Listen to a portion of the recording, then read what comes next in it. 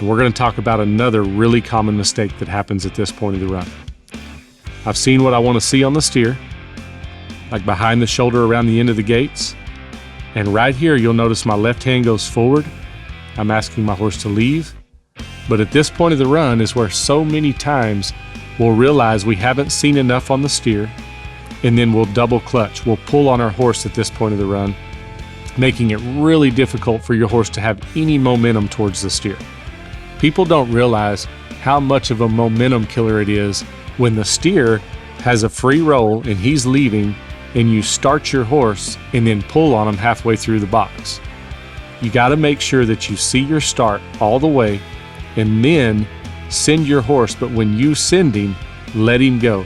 You're better off to see a little too much than you are to not see enough and pull, because at least at that point, my horse has the momentum he needs to gain on the steer. So be really careful that when you're leaving the box, you see enough and then get the full send out of your horse. So when you hear me talk about send of the head horse, I'm talking about the horse's momentum across the line. The line being the front of the box and the front of the chute. So obviously the faster your horse is going when you hit the line, the faster and more gain you're going to have on the steer out in the arena. The problem is, people don't think about how much momentum is gained at this part of the box.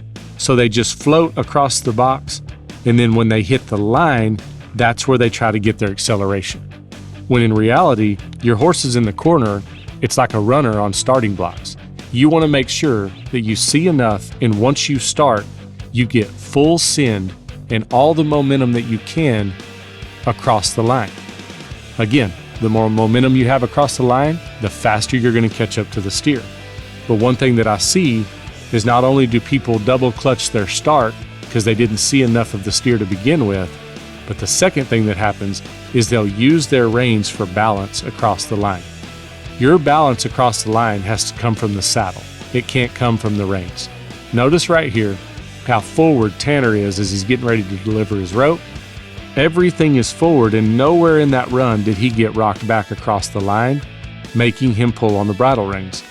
But rather he stayed down in the saddle, smooth across the line, and got full send with his left hand. Look how far his left hand is forward right there, never pulling on his horse, making sure that he gets all the momentum he can across the line. This is a really important step to being consistent with scoring your horse leading flat across the line, and most importantly, getting all the send that you can get to catch you up and get you in your spot even faster.